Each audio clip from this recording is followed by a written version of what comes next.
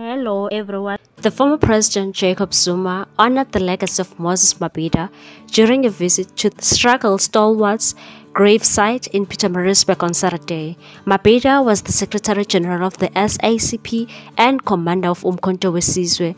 The occasion, which included a poignant stop at Mabhida's home, was part of Zuma's campaign for the newly Umkhonto weSizwe MK party. The move came after Zuma declared over a week ago that despite maintaining his good standing as a member of the ANC, he would not vote for the party in the 2024 elections. Instead, he pledged his support for the MK party, which draws its name from the ANC's former armed wing that was disbanded in 1994. In his address during the visit, Zuma paid tribute to Mabhida and expressed his gratitude to his family for their warm embrace and support.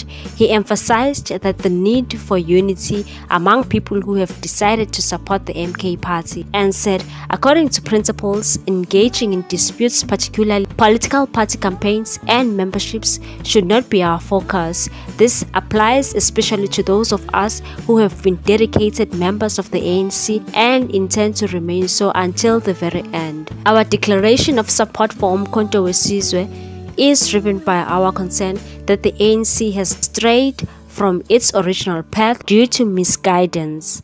The former president urged South Africans to exercise their democratic rights and vote in large numbers in the 2024 general elections to ensure that meaningful change takes place. He emphasized addressing the nation's challenges and highlighted the disparities between the rich and the poor, and said we must address the issues plaguing our nation heads-on and not turn a blind eye to the suffering of our people, especially when some individuals are siphoning of funds abroad while many at home are struggling to make ends meet. Such actions would undoubtedly disappoint leaders like Mabhida.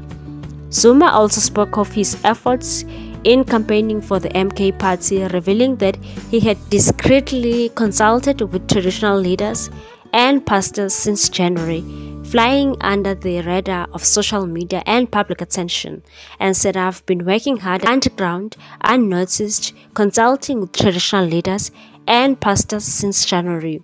There is no other time to fix the country but now. What's your take on this one, people? Thanks for watching. Please subscribe for more news.